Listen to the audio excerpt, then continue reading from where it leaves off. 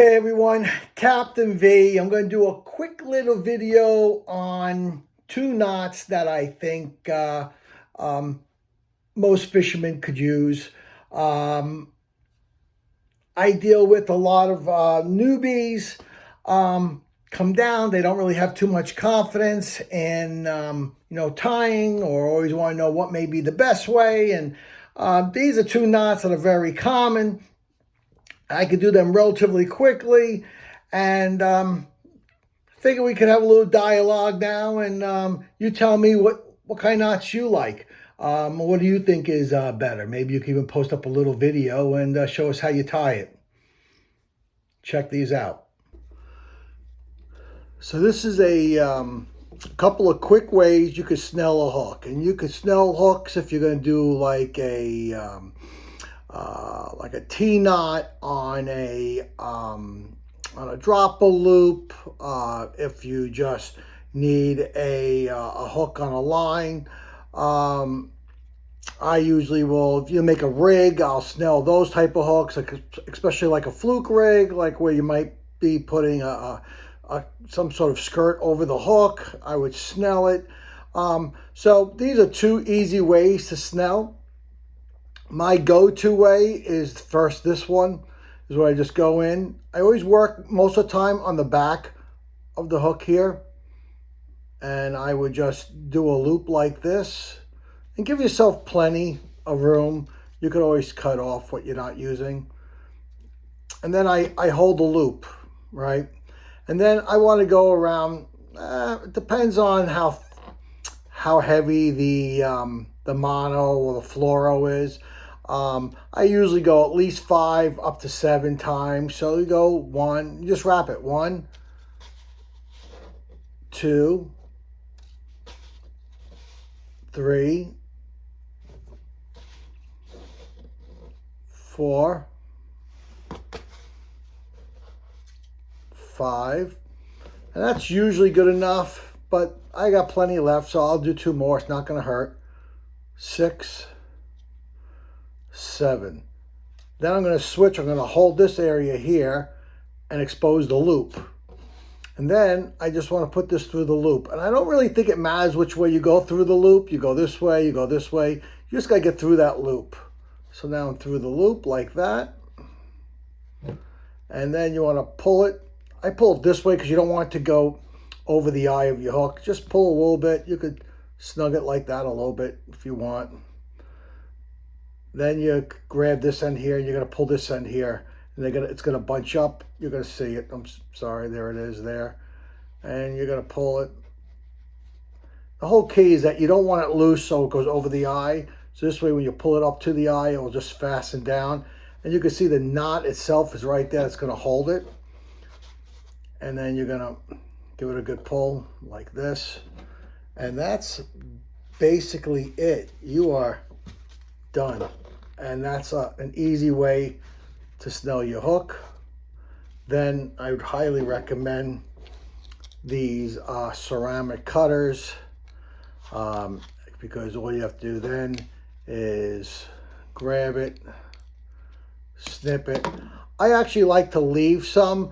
Depending on my application, I'll leave it a little longer. It will hold the bait. I'll actually stick it in some bait. Like if I'm using, if I don't have a bait holder hook here, I'll use it and I'll stick it in like a spearing or sandy or something like that.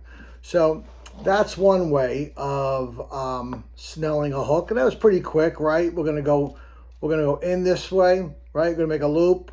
We go around 5 times and over. So pretty simple. Here's another method that I'll show you. I don't use it as often because to me this is just real quick.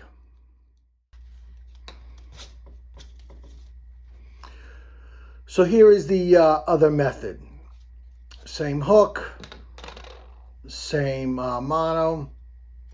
This one here though is you're going to make your loop now, or it's not really a loop, you're kind of just folding it over, right? And there it is, you fold it over. And you're going to send this through this way. Again, I mostly work on the back of the hook. So I'm going to go in through the front. Now your loop, you're going to rest here. You're going to get your tag line. The tag line is your untied line. That's the end of your line there. That's your tag line, it's called. And then what you're going to do with your tag line, once I get it, here it is, you're going to bring it behind the eye of the hook, which is this here, right? You're going to bring it behind the eye of the hook, like that. And you could grab it, just like that. And there's your loop. And we're going to go 5 times this way. 1, 2, 3, 4, 5. You go a couple more. 6, 7. You want to just hold it a little bit until you could get this in that loop. Again, I don't think it really matters which way you put it through, as long as it goes through. And you catch it like that. And again, you want to kind of hold it here so it doesn't go over it, so you can pull it, tighten it up a little bit. See how that's tightening like that? And then once it's tight, then you can give it a good pull.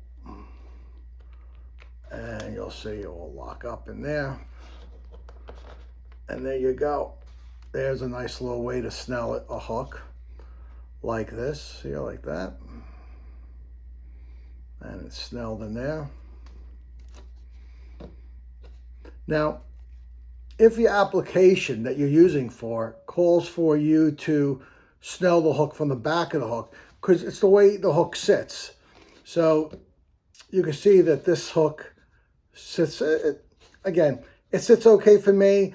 The line winds up here, the tag end, so I would cut it. Again, I use it as a bait saver, like a bait holder. Some people, again, might want to come work this way.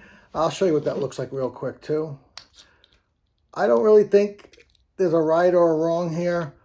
Maybe someone in the comments could post why it's better doing it one way or the other. Like I said, it's not usually a big deal. The species that I target, it's not an issue, but let's do it the other way. So now what I'm going to do is I'm going to make that loop like this, and I'm going to come to the back of the hook, and I'm going to put the loop on the front like this. Okay, like that. Then we're going to tag in, and we want to just go around once like that. I'm going to grab it, and we can wrap it 5 times. Remember, this loop is actually sitting on the front there like that. It's okay if it shifts because it's going to change when we pull it anyway. So it's 1, 2, 3, 4, 5, 6, 7. I'm going to hold it so I can put it in here. Okay. Then we're going to just grab this and pull it up.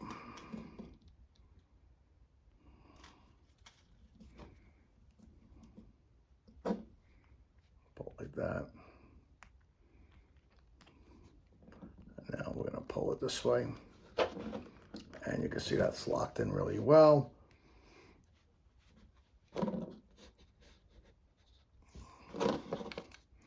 And you can cut it this way. And now you can see how the hook hangs this way. And I don't know if it may, maybe it's a better presentation if you're going to do it off a dropper loop. Maybe it's a better look that way. It kind of puts the hook out. I don't know if there's much of a difference. But that is how you could easily and quickly snell a hook. And it's, again, pretty simple stuff. So one of the biggest questions I get is, how do you tie your braid to your leader line? Now, there's got to be at least a dozen different knots, uni knots, half uni knots, FG knots, bunch of other knots that you could use. So that knot, whatever knot you use, it should really do basically 3 things for you. 1, it needs to hold, right? So that knot needs to hold. 2, it's got to be quick for you. You know, it's got to be a knot that you could do quickly. The third one is that you have to have confidence in that knot. It works for the application. If you're casting it, does it go through your guides? If you're using bait casting reels, does it go through the worm bar, you know, the worm gear, the level line? Does it go through there easily? You don't want it banging on there. So there's two knots that I go with. Now, one of the knots I'm not going to show you because, I'll be honest with you, although I tie a very good one, I don't tie it in a way where I think it's the best way of tying it. So I don't want to show someone the wrong way. It's the FG knot. I tie an FG knot with the mono or the leader in my mouth. That's kind of old school way of doing it. It takes a little longer to do. It's a little more difficult to do. I'm a lefty, so there's a way of doing an FG knot, and you go on YouTube. I've seen people do it all the time, where you wrap the line around your hand, and it's kind of like a zigzag type of thing, but everyone who does it is a righty, so they put it like in their right hand, and I try to like switch it over to my left hand and copy it, and they do it in their hand. They don't do it in their mouth. It's literally like bang, done. Fantastic. And if you could do that, great. I guess I'm just old and tired and just something that I don't do. But I highly recommend the FG knot, especially if it's a casting application. Very strong knot, pretty simple to do. It's like a Chinese finger, and it is effective. If you're using a bait caster or a conventional reel, I would recommend this knot here. It's a very basic, again, basic knot, not a hard knot at all to do. So this would be my leader line, and what you do is just make a loop. Seems like a lot of things start with making a loop, right? So we make a loop, and then I haven't noticed a difference which way you enter, but you come up with your braided line like this, and you basically just go around now 5 times. 1, 2, 3, 4, 5. Right, 5. Then once you do that, you go back up through that loop like that. Pull this down like this. And first, I kind of, cinch it a little bit and push it and give it a little pull there and cinch it and pull. And I give it a good little pull like that. Now, you could put a little saliva on there and get it real tight, but I don't really think that's always necessary. It's not going to hurt.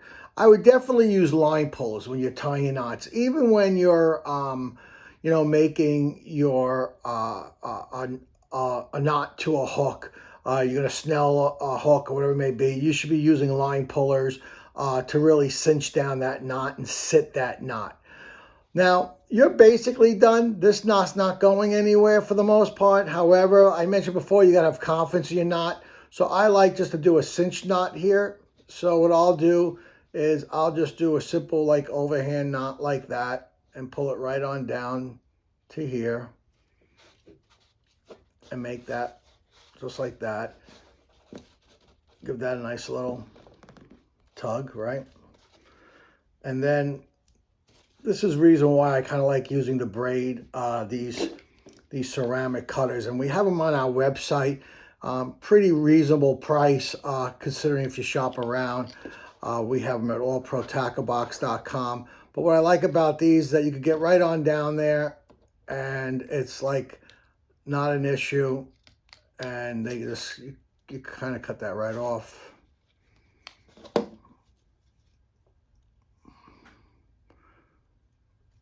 And then here, this is a little bit of a, you know, an option I'll show you here. So again, I like this to make sure it's really cinched. And you can cut this down pretty well, but I'm going to show you something that you could also do here. Is if you cut this, let's say you give it 1/8 of an inch leader, let's say give it like a little bit like that. Okay, so you see how I have a little bit of a tag here? You don't want that because that could get stuck on a guide or so forth. Remember, your line's going to come in this way. Your reel is that way. Okay, so your line's going to be pulled in this way, and when it casts out, it goes this way, and you don't want that to hit anything. So what you could do is you could literally like bend this over like this and get a lighter and just light this. And because this happens to be mono, it melts. And you could just push it and make a tiny little button, you know. Be careful you're not melting your line, right? Your leader line. You just want to touch your tag there. And you could just make a little button, and that kind of also secures it to make sure your knot's not going to slip.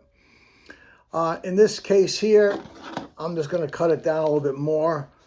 Again, these ceramic cutters, they could get you down pretty low on this stuff like that.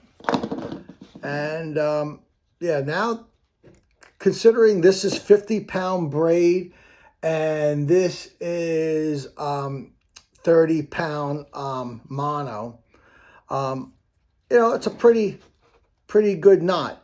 It could go through a guide, you know, it could go through a level line pretty well, and it's sturdy. It really, you know, a fish really, I haven't seen them really fail. So I think you're in good shape. I hope you found this of interest. Again, these are no new inventions, but I deal with a lot of people who get into fishing, and I just want you to eliminate the anxiety and be able to go and do a simple knot that's quick and easy, either on the boat where you connect your braid to your leader line.